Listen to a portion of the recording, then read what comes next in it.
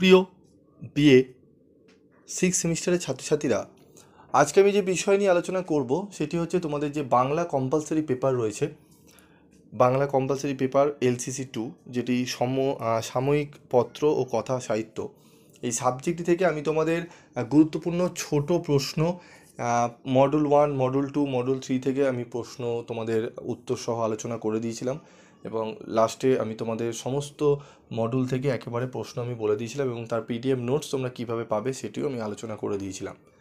তো তোমরা অনেকে রিকোয়েস্ট করেছো, স্যার আমাদের একদম মোস্ট ইম্পর্টেন্ট যে প্রশ্নগুলো একদম আসার মতো সেরকম প্রশ্ন দিন, যেরকম বিগত সেমিস্টারে আপনি দিয়ে এসেছিলেন। অনেকে কমেন্টস করেছো, আমি বলেছি তোমাদের দেব। তো আমি তোমাদের পার্ট বাই কেন দিচ্ছি, কারণ একবারে ভিডিওটি যদি আমি দিই সেক্ষেত্রে কি হবে, তোমাদের অনেক সময় সার্চিংয়ে আসে না, অসুবিধা হয়। পার্ট ওয়াইজ তোমাদের দিলে গুলো তোমরা এক এক করে সঙ্গে সঙ্গে লিখে নাও, কারণ একবারে বড় দিলে ভিডিওটি লং হয়ে যায়, তোমাদের দেখতে অসুবিধা হয়। তবে তোমরা যদি বলো একবারে দিতে, আমি অবশ্যই তোমাদের একবারে দেবো, যেরকম আমি তোমাদের দিয়ে আসি। তোমাদের রিকোয়ারমেন্ট অনুযায়ী তোমরা নিজেরাই বলেছো আমাদের পার্ট ওয়াইজ দেওয়ার জন্য।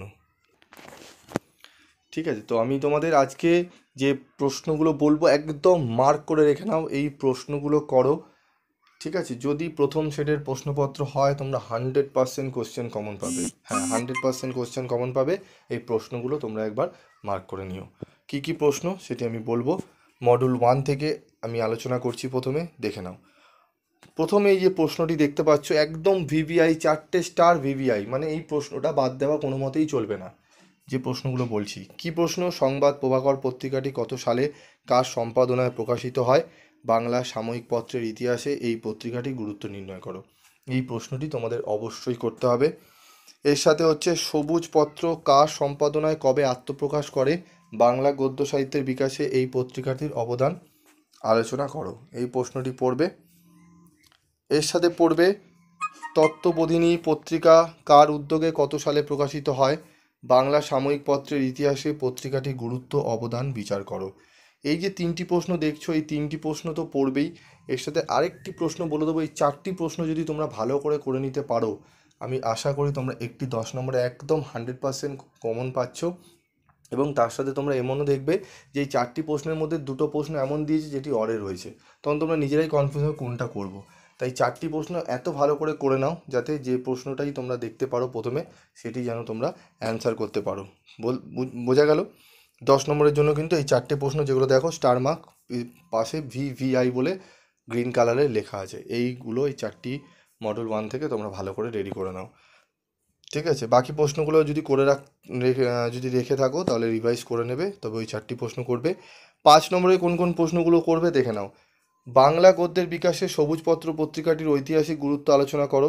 VVI কোশ্চেন, খুবই গুরুত্বপূর্ণ কোশ্চেন, তোমরা দেখে নাও। তারপর দেখো, রবীন্দ্রোত্তর আধুনিকতার প্রতিষ্ঠায় পরিচয় পত্রিকার গুরুত্ব বিচার করো। স্টার মার্ক প্লাস VVI, তার মানে বুঝতে পারছো যেগুলো VVI করে আমি মার্ক করে দিয়েছি, তোমরা সেগুলো করো। ঠিক আছে, এবং তোমরা জানো PV স্টাডি ক্লাসের সাজেশান দেখলে তোমরা কতটা উপকৃত হও, এবং এই প্রশ্নগুলোই কিন্তু তোমরা কমন পাবে। ঠিক আছে, তো এগুলো ভালো করে মার্ক করে নিও, একদম 100% কোশ্চেন তোমরা কমন পাবে। তারপর দেখো, বাংলা গদ্যের বিকাশে কালিকলম পত্রিকাটির গুরুত্ব বা ভূমিকা আলোচনা করো। এই 3টি প্রশ্ন এবং তার সাথে এই প্রশ্নটি, বাংলা সাহিত্যের বিকাশে প্রগতি পত্রিকার ভূমিকা নির্দেশ করো। এই যে তোমরা দেখছো 4টি প্রশ্ন আমি বললাম, 10 নম্বরে 4টি বললাম এবং 5 নম্বরে 4টি বললাম, মাত্র 4টি করে 8টি প্রশ্ন দিলাম। তার মধ্যে থেকে তোমরা একটি 10 এবং একটি 5 নম্বরে 100% কোশ্চেন কমন পেয়ে যাবে। ঠিক আছে, তোমরা বলেছো একদম লাস্ট মিনিটের একদম বাছাই করা যেগুলো একদম গুরুত্বপূর্ণ একদম আসার মতো সেই প্রশ্ন দিতে, আমি কিন্তু দিয়ে দিলাম।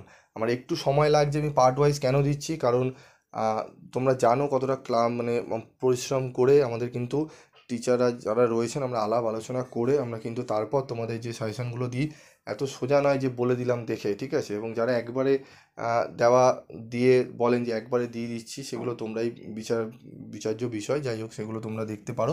তবে একবারে দিলে দেওয়া যায়, তবে একবারে দিতে গেলে একটুখানি আমাদের সময় লাগে, কারণ এগুলো খুব কষ্ট করে করতে হয়। অনেকে যারা পরে দেয়, ঠিক আছে, এই প্রশ্নগুলোই হয়তো বসিয়ে দিয়ে তোমাদের কিন্তু প্রেজেন্ট করে দেবে। তো যাই হোক, সেগুলো তোমাদের ব্যাপার, তোমরা কীভাবে নেবে। আমার যেটুকু সময় লাগে সেই সময় যতটুকু করে উঠতে পারি আমি তোমাদের সঙ্গে সঙ্গে সঙ্গে শেয়ার করি। এই যে আমি করে উঠলাম, আমি তোমাদের সঙ্গে সঙ্গে শেয়ার করে দিলাম, যাতে তোমরা এই মডেল 1 থেকে যেন তোমাদের কোনো চিন্তা না থাকে, একটা 10 একটা 5 যেন তোমরা কমন পেয়ে যাও। বোঝা গেল? পরবর্তী পার্টে পার্ট 2 এবং 3 আমি একবারেই তোমাদের মডেল 2 এবং 3 আমি একবারেই দিয়ে দেবো। ঠিক আছে, গুরুত্বপূর্ণ প্রশ্নগুলো বেছে তোমাদের দিয়ে দেবো, সেই প্রশ্নগুলো করলেই তোমরা কমন পেয়ে যাবে। আজকের মতো এটুকুই, দেখা হচ্ছে পরবর্তী ভিডিওতে। সকলে ভালো থাকবে, সুস্থ থাকবে, এবং তোমরা পিবি স্টাডি ক্লাসের সাজেশন কবে থেকে ফলো করছো যদি জানাও তাহলে খুবই ভালো লাগবে, এবং তোমরা কতটা কমন পেয়েছো যদি প্রত্যেকে জানাও। তোমরা প্রত্যেকে যারা যারা পিবি স্টাডি ক্লাসকে ভালোবাসো এবং সাথে রয়েছো বিগত বছর ধরে, তারা একটু প্লিজ জানিও কমেন্টস করে যে তোমরা কতটা উপকৃত হয়েছো আমাদের পিবি স্টাডি ক্লাসের সাজেশন পেয়ে। আজকের মতো এটুকুই, দেখা হচ্ছে পরবর্তী ভিডিওতে।